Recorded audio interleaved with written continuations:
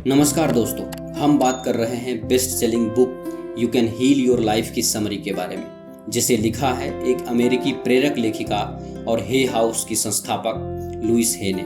इस अद्भुत पुस्तक के माध्यम से लुइस एल हे आत्मविकास की यात्रा को हमारे साथ बांट रही है। उनका कहना है, हमारा जीवन कितना भी निम्न स्तरीय क्यों न रहा हो, हम अपने जीवन को पूरी तरह बदलकर उसे और ज़्यादा बेहतर बना सकते हैं। अपने बारे में आपको जो भी जानने की आवश्यकता है वह सब इस किताब में है। दोस्तों, ये वीडियो का 5वां पार्ट है। इस वीडियो के बाकी सभी पार्ट्स का लिंक नीचे डिस्क्रिप्शन में दे दिया हूँ। इस वीडियो को देखने के बाद आप बाकी पार्ट्स को जरूर देखें। तो चलिए शुरू करते हैं। सृष्टि आपकी सहयोगी है। कुछ लोगों को लगता है कि उनकी किस्मत खराब है, भगवान ने उनको सिर्फ दुख और तकलीफें झेलने के लिए ही इस धरती पर भेजा है। वो ऐसा दिन भर सोचते रहते हैं और अंत में क्या पाते हैं? दुख, निराशा, अवसाद।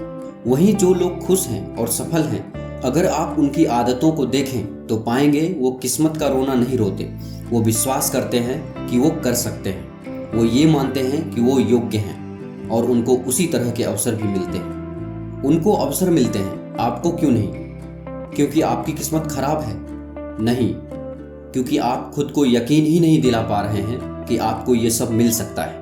आपको पहले खुद पर विश्वास करना होगा कि आप योग्य हैं, आप कर सकते हैं। जैसे ही आप अपना ये विश्वास पुख्ता करते हैं और संदेह से निकलकर बाहर आते हैं, ये पूरी सृष्टि आपकी मदद करने को आतुर हो जाती है। आपको नए विचार मिलने लगेंगे। आप उस क्षेत्र के कुछ विशिष्ट व्यक्तियों से मिलने का मौका पाने लगेंगे। आपको कई अविश्वसनीय तरीकों से मदद मिलने लगेगी। बस आपको ब्रह्मांड के इन चिन्हों को पहचानते जाना है और उसी के अनुसार काम करते जाना है। हो सकता है कि आप पहली कुछ बार में असफल हों, लेकिन अगर आप बिना संदेह के अपना काम करते जाएंगे तो एक ना एक दिन चीजें आपके पक्ष में होंगी ही होंगी। The process of loving the self, खुद को प्रेम करने की प्रक्रिया। जैसा कि मैंने पहले कहा है, चाहे समस्या जो भी हो, मुख्य बात अपने आप से प्रेम करने का प्रयास करना है। यह वह जादू की छड़ी है जो समस्याओं को गायब कर देती है। वह समय याद करिए जब आपने अपने बारे में अच्छा महसूस किया था और आपका जीवन बहुत अच्छा चल रहा था। वह समय याद कीजिए जब आप प्रेम में थे, और उस समय को याद कीजिए जब आपके सामने कोई समस्या नहीं थी। अपने आप से प्यार करना आपके अंदर इतनी अच्छी भावनाएं उत्पन्न करेगा और आपके लिए इतनी अच्छी किस्मत लाएगा कि आपके पांव जमीन पर नहीं पड़ेंगे। अपने आप से प्यार करना आपको अच्छा महसूस कराता है।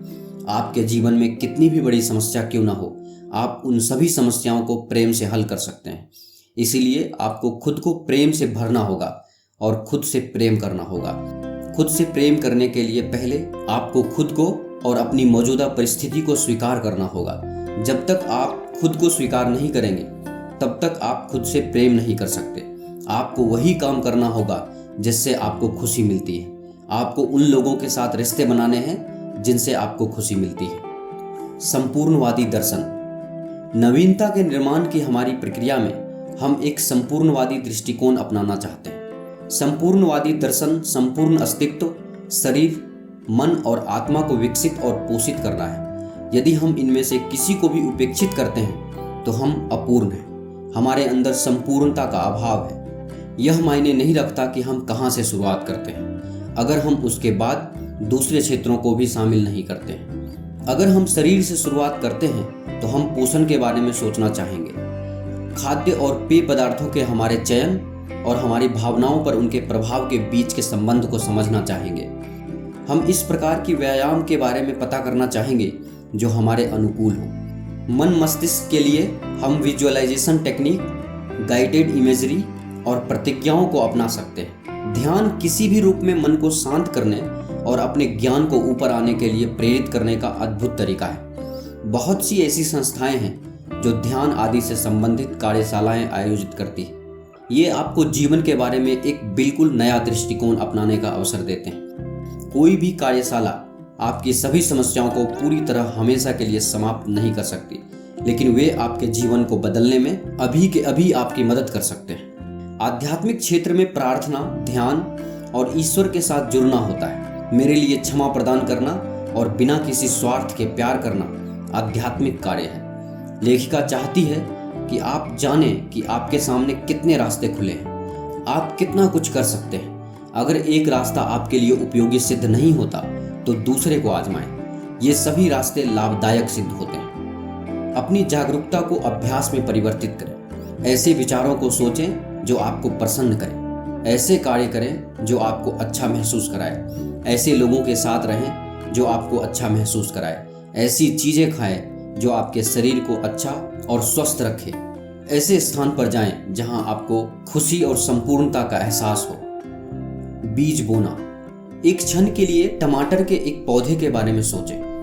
दोस्तों, एक स्वस्थ पौधे पर सैकड़ों टमाटर लगे होंगे। टमाटर के उस पौधे जिस पर इतने टमाटर हो को प्राप्त करने के लिए हमें एक छोटे से सूखे हुए बीज के साथ शुरू करना होगा। वह बीज टमाटर जैसा नहीं दिखता, उसका स्वाद टमाटर के पौधे जैसा नहीं है। यदि आप अच्छी तरह नहीं जानते तो आप कभी नहीं मानते कि वह टमाटर का पौधा हो सकता है। चलिए मान लेते हैं कि आप इस बीज को उपजाऊ मिट्टी में डाल देते हैं और उसमें पानी देते हैं, साथ ही उसे सूर्य की रोशनी मिलती है। जब पहली छोटी सी कोंपल निकलती है तो आप यह नहीं कहते कि यह टमाटर का पौधा नहीं है, बल्कि आप उसे देखते हैं और कहते हैं, ओह यह तो निकल गया, और आप खुशी से उसको बढ़ते हुए देखते हैं। इस बीच यदि आप उसे पानी और धूप देना जारी रखते हैं और घास फूस को उखाड़ते रहते हैं तो आपको सैकड़ों रसीले टमाटरों वाला पौधा मिल सकता है। यह सब उस नन्हे से बीज के साथ शुरू हुआ था। अपने लिए एक नया अनुभव बनाना बिल्कुल ऐसा ही है। जिस मिट्टी में आप बीज डालते हैं वह आपका अवचेतन मन मस्तिष्क है। बीज नई प्रतिज्ञा है। यह सारा नया अनुभव इस छोटे से बीज में है। आप उसे दृढ़ता से सींचते हैं। आप उस पर सकारात्मक विचारों की धूप पड़ने देते हैं। आप वहां उगने वाले नकारात्मक विचारों के घास फूस को उखाड़ते रहते हैं। और जब आप सबसे पहले नन्हे से प्रमाण को देखते हैं तो आप यह नहीं कहते कि यह काफ़ी नहीं है। इसकी बजाय आप इस पहली सफलता को देखते हैं और खुशी से उछल कर कहते हैं, वाह आखिर यह हो गया, यह काम कर रहा है। इसके बाद आप उसे बढ़ते हुए और अपनी इच्छा की अभिव्यक्ति के रूप में देखते हैं। नए बदलाव लाएं। आपको उन चीज़ों की एक लिस्ट बनानी है जो आपको पसंद नहीं है। उसके बाद आपको यह देखना है कि आप अपने जीवन में उन सभी परिस्थितियों और परिणामों को कैसे बदलें जो आपको पसंद नहीं है। और पहली लिस्ट के विपरीत एक नई लिस्ट बनानी है। उदाहरण के तौर पर अगर आपने पहली लिस्ट में लिखा है कि आपका समय बहुत खराब चल रहा है तो आप नई लिस्ट में लिखेंगे कि आपका समय अच्छा चल रहा है। चलिए हम खराब परिस्थितियों को एक नए तरीके से लिखने का कुछ उदाहरण देखते हैं। पुराना विचार, मेरा वजन बहुत ज़्यादा है। नया विचार, मेरा वजन सही है और मैं बिल्कुल स्वस्थ हूँ। पुराना विचार, मेरे रिश्ते बहुत खराब हैं। नया विचार, मेरे रिश्ते मधुर हैं। पुराना विचार, मेरे पास धन की कमी है। नया विचार, मेरे पास बहुत धन है। इस तरह से आप अपने किसी भी पुरानी परिस्थिति के साथ जुड़े हुए विचार को नए विचार में बदल सकते हैं। नए विचार सोचने से आपको नए परिणाम मिलेंगे। आपका शरीर स्वस्थ हो जाएगा। आप एक संतुलित वजन पाएंगे। सभी के साथ आपके रिश्ते मधुर हो जाएंगे। आपका काम बिल्कुल सही चलेगा और आपके जीवन में प्रचुरता आएगी। चैप्टर 9, डेली वर्क, रोज का अभ्यास। दोस्तों, यदि बच्चे पहली बार गिरकर चलना छोड़ देते तो वे कभी चलना नहीं सीख पाते। जैसे आप कोई भी नई चीज सीख रहे हैं तो उसे अपने जीवन का हिस्सा बनाने के लिए अभ्यास करना होता है। समय लगता है। पहले काफ़ी एकाग्रता की आवश्यकता होती है। हम में से कई लोग कड़ी मेहनत करने का फैसला करते हैं। लेखिका इसे कड़ी मेहनत नहीं बल्कि सीखने के लिए कुछ नया करना कहती है। सीखने की प्रक्रिया हमेशा वही होती है, चाहे विषय कुछ भी हो। चाहे आप एक कार चलाना सीख रहे हो या टाइपिंग या टेनिस खेलना या सकारात्मक सोचना।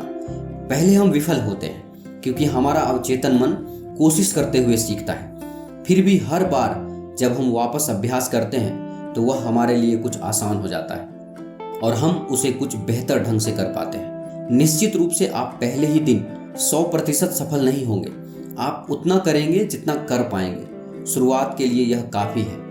अपने आप से अक्सर कहें, मैं जितना अच्छा कर सकता हूँ वह कर रहा हूँ। हमें जीवन में किसी भी नए काम को सीखने में समय लगता है। जैसे कि अब आप जान गए हैं कि अपने जीवन के परिणामों को बदलने के लिए आपको अपने विचारों को बदलना है।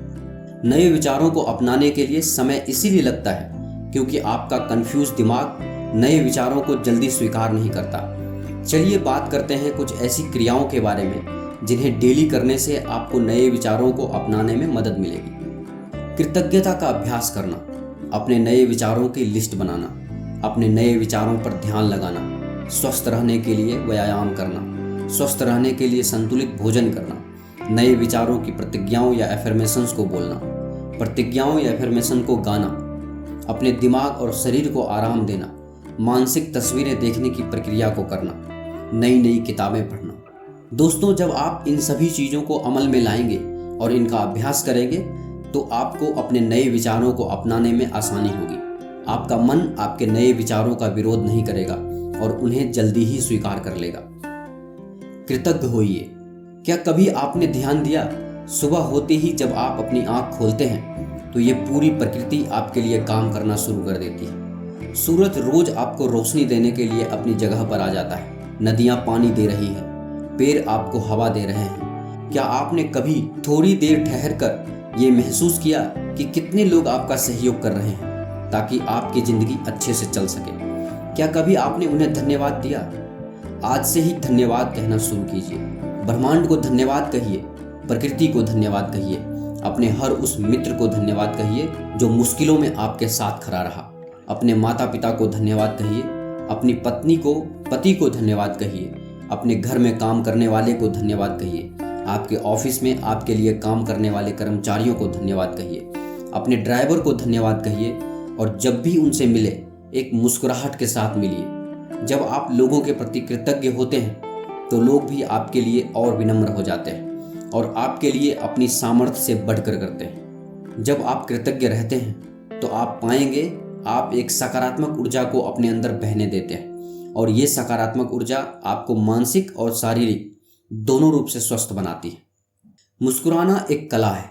दोस्तों, किसी से भी मिलिए तो एक मुस्कुराहट के साथ मिलिए। इससे लोगों को एक सकारात्मक संकेत मिलता है कि आप उनसे मिलकर कितने खुश हैं। लोग आपकी बातें और ध्यान से सुनते हैं और मुस्कुराने से आपके चेहरे पर भी ताजगी बनी रहती है। सारा विज्ञान आपके विचारों का है। सोचिए, जब आप बहुत अच्छा महसूस कर रहे होते हैं तो आप मुस्कुराते हैं।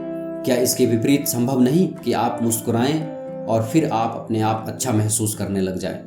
आपका लक्ष्य अपने मन से सारी नकारात्मक सोच को बाहर निकालकर अच्छा महसूस करना है। जब आप अच्छा महसूस करते हैं तो आपके शरीर के अधिकतम रोग अपने आप सही होने लगते हैं। मेडिटेशन, ध्यान। मेडिटेशन का मतलब है ध्यान लगाना और हमें ध्यान लगाने की प्रक्रिया को रोज करना चाहिए। आपके लिए ध्यान लगाना बहुत महत्वपूर्ण है क्योंकि ब्रह्मांड की ऊर्जा वहीं बहती है जहां ध्यान जाता है। ध्यान लगाने की प्रक्रिया में आप एक शांत जगह पर बैठ जाते हैं और अपनी आंखें बंद करके अपने मन पर ध्यान लगाते हैं। ध्यान लगाने की प्रक्रिया के दौरान आपके मन में अपने आप कोई ना कोई विचार आ जाएंगे।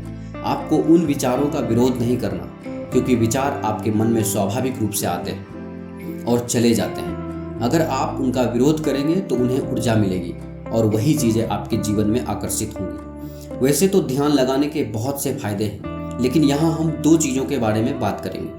पहली बात कि आप अपने मन को शांत करके उन चीज़ों पर ध्यान लगा सकते हैं जिन्हें आप अपने जीवन में लाना चाहते हैं। दूसरी बात यह है कि ध्यान लगाते समय आप अपने सबकॉन्शियस माइंड से कोई भी सवाल पूछ सकते हैं जिसका जवाब आप ढूंढ रहे हैं। ऐसा जरूरी नहीं कि आपको उसी समय उस सवाल का जवाब मिल जाए, लेकिन थोड़ा सा इंतजार करने के बाद आपको इस सवाल का जवाब जरूर मिलेगा। परिणाम प्रदर्शित होना, इनमें से आप जितनी विधियों का अभ्यास कर सकते हैं उनका अभ्यास करके आप इस कार्य के अपने परिणामों को प्रदर्शित करना शुरू कर देंगे। आप अपने जीवन में छोटे छोटे चमत्कार होते देखेंगे। जिन चीज़ों को आप दूर करने के लिए तैयार होते हैं वे अपने आप चली जाएंगी। जिन चीज़ों और घटनाओं को आप चाहते हैं वे अचानक आपके जीवन में कहीं से उभर आएंगे। आपको ऐसे पुरस्कार मिलेंगे जिनकी आपने कल्पना भी नहीं की होगी। अपने अस्तित्व और आप जो करते हैं उसे पसंद करें। अपने आप और जीवन पर हंसें और कोई भी चीज़ आपको स्पर्श नहीं कर सकती। यह सब अस्थायी है। अगले जीवन में आप इसे अलग प्रकार से करेंगे, तो अभी इसे अलग प्रकार से क्यों न करें। आप नॉर्मन कजिन्स की एक पुस्तक पढ़ सकते हैं। उन्होंने हास्य का इस्तेमाल करके एक घातक बीमारी से छुटकारा पाया। दुर्भाग्यवश उन्होंने उन मानसिक दृष्टिकोणों को नहीं बदला जिसने उस बीमारी को उत्पन्न किया था, इसीलिए दूसरी बीमारी उत्पन्न कर लिया। हालांकि उन्होंने उस बीमारी से भी हंसते हुए मुक्ति पा ली। आप कई रूपों में अपना उपचार कर सकते हैं। उन सभी को आजमाएं और फिर उसका इस्तेमाल करें जो आपको सबसे अधिक आकर्षित करता है। कृपया रात में सोने से ठीक पहले खबरें ना सुनें और ना ही टेलीविज़न देखें। खबरें केवल विपदाओं की एक सूची होती है और आप उन्हें अपने सपनों तक नहीं ले जाना चाहेंगे। स्वप्न की अवस्था में काफ़ी सफाई का काम होता है और आप अपने सपनों को किसी भी ऐसी बात में मदद करने के लिए प्रेरित कर सकते हैं जिस पर आप काम कर रहे हैं। अक्सर आपको सुबह तक उत्तर मिल जाएगा। शांति से सोने जाएं, भरोसा रखें कि जीवन की प्रक्रिया आपके पक्ष में है और वह आपकी बेहतरी तथा खुशियों का ध्यान रख रही है। दोस्तों, आप देख रहे हैं लुइस हे द्वारा लिखी book you can heal your life की समरी। यह समरी आपको कैसी लगी कृपया हमें नीचे कमेंट बॉक्स में कमेंट करके ज़रूर बताएं। अगर आपको यह समरी अच्छा लगा हो तो इसे अपने दोस्तों और फैमिली मेम्बर्स के साथ अवश्य शेयर करें और हमारे लेटेस्ट वीडियो को देखने के लिए हमारे YouTube चैनल बुक्स प्ले को सब्सक्राइब करें। धन्यवाद।